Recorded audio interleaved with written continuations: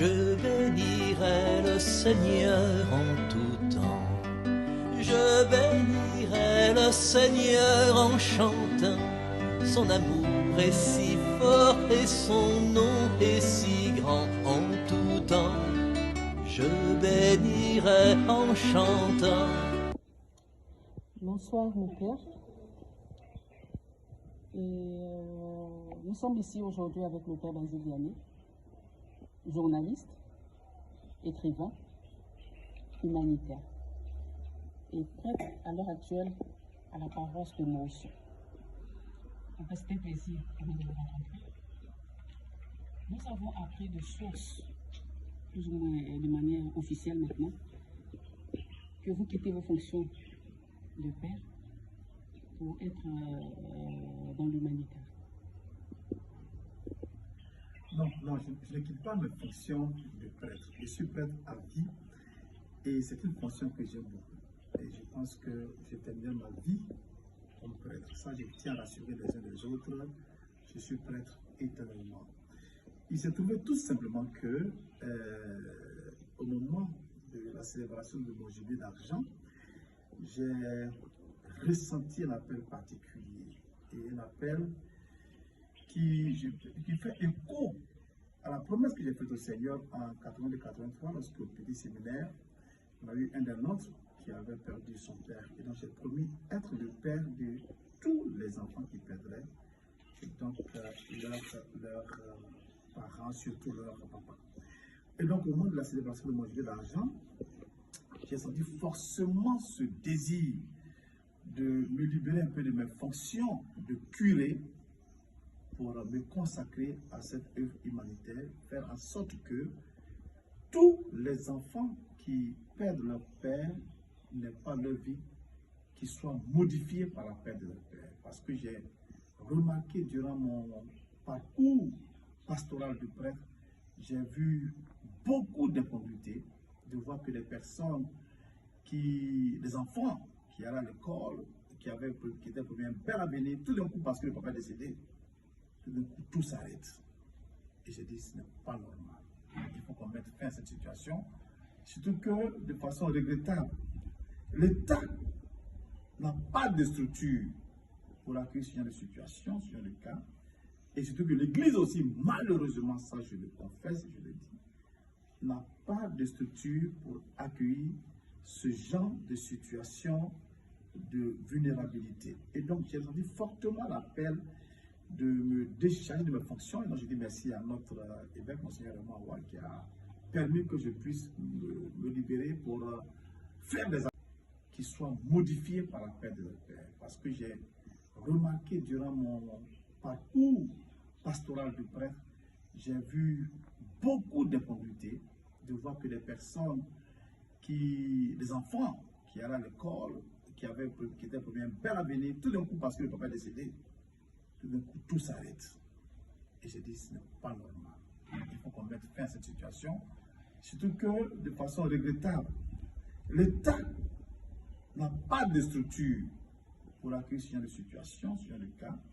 Et surtout que l'Église aussi, malheureusement, ça je le confesse, je le dis, n'a pas de structure pour accueillir ce genre de situation de vulnérabilité. Et donc, j'ai senti fortement l'appel de me décharger de mes fonctions. Et donc, je dis merci à notre évêque, Monseigneur Raymond Awa, qui a permis que je puisse me libérer pour faire des appels de fonds de façon particulière, pour asseoir, pour créer un fonds pour aider tous ces enfants qui, aujourd'hui, bien demain, pourraient perdre, qui ont perdu, mais qui pourraient perdre leur père. Parce que mon slogan est que plus jamais qu'un enfant naît son avenir qui soit modifié parce qu'il a perdu son père ou bien son soutien. Donc voilà ce à quoi je m'engage et ce à quoi je m'engagerai à partir de la fin du mois d'août où je cesserai mes fonctions de curé. Donc je suis prêtre catholique, mais je ne sais plus curé de paroisse. Voilà, par précision à apporter. Et donc c'est l'occasion pour moi de lancer un appel à tous ceux qui ont un cœur, franchement ceux qui ont un cœur, de me rejoindre dans ce combat. C'est vrai qu'en Afrique, ça choque un peu parce que on n'est pas habitué à cela, mais j'ai dit, j'ai la grâce d'être en Europe. Il y a plusieurs ministères particuliers dans l'église. Il y a des prêtres qui s'occupent dans les loubards, il y a des prêtres qui s'occupent des prostituées.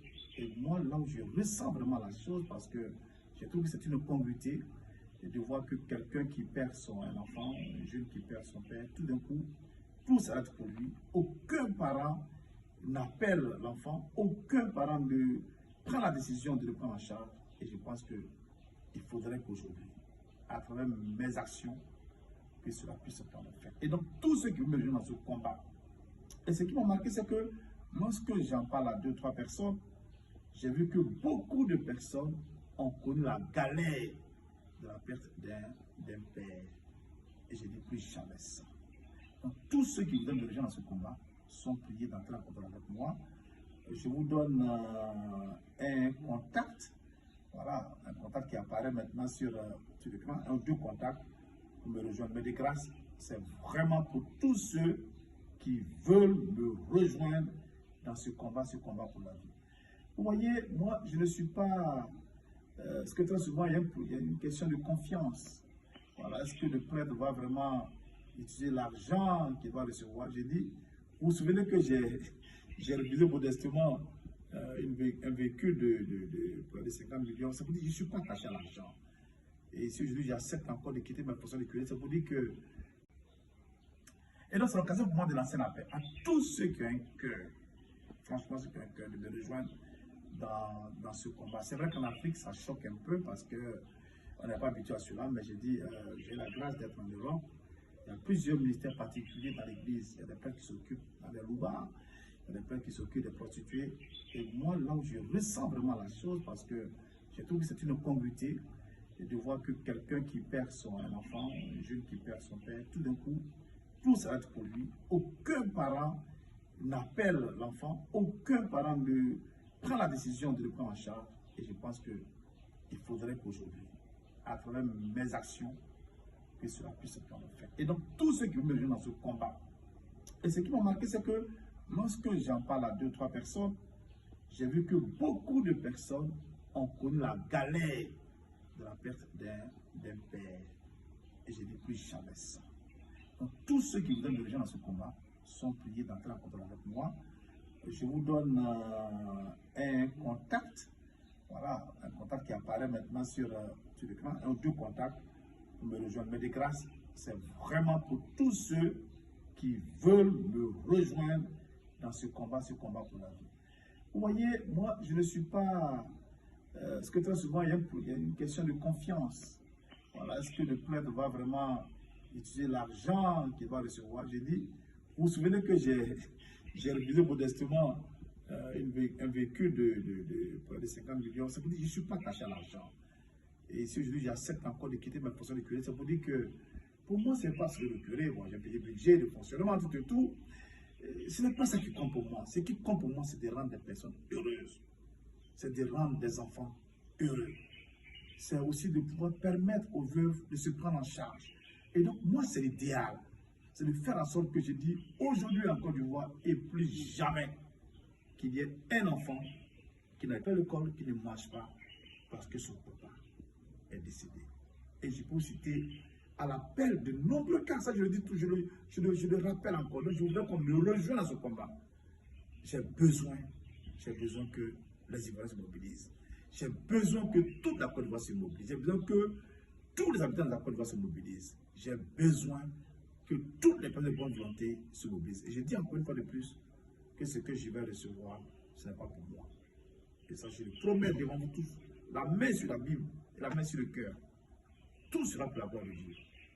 Lorsque tout sera pour la gloire de Dieu. Très bientôt, comme vous l'avez entendu, je vais créer une ONG, de telle sorte que la structure ne soit pas liée à ma personne, mais que la structure soit liée à la pérennité et surtout à la pérennité de l'Église, de telle sorte que de génération en génération, si quelqu'un perd son père, automatiquement, on le réfère à l'ONG. Donc, je compte sur vous. Voici le numéro, vous pourrez contacter et mon propre numéro va s'afficher. Mais une fois de plus, ce n'est pas pour m'insulter. Parce qu'il y a des personnes qui parlent au numéro pour m'insulter. Non, c'est pour le sérieux. C'est pour participer à l'œuvre du Seigneur. Cette grande œuvre à la gloire du Seigneur. Dieu vous bénisse.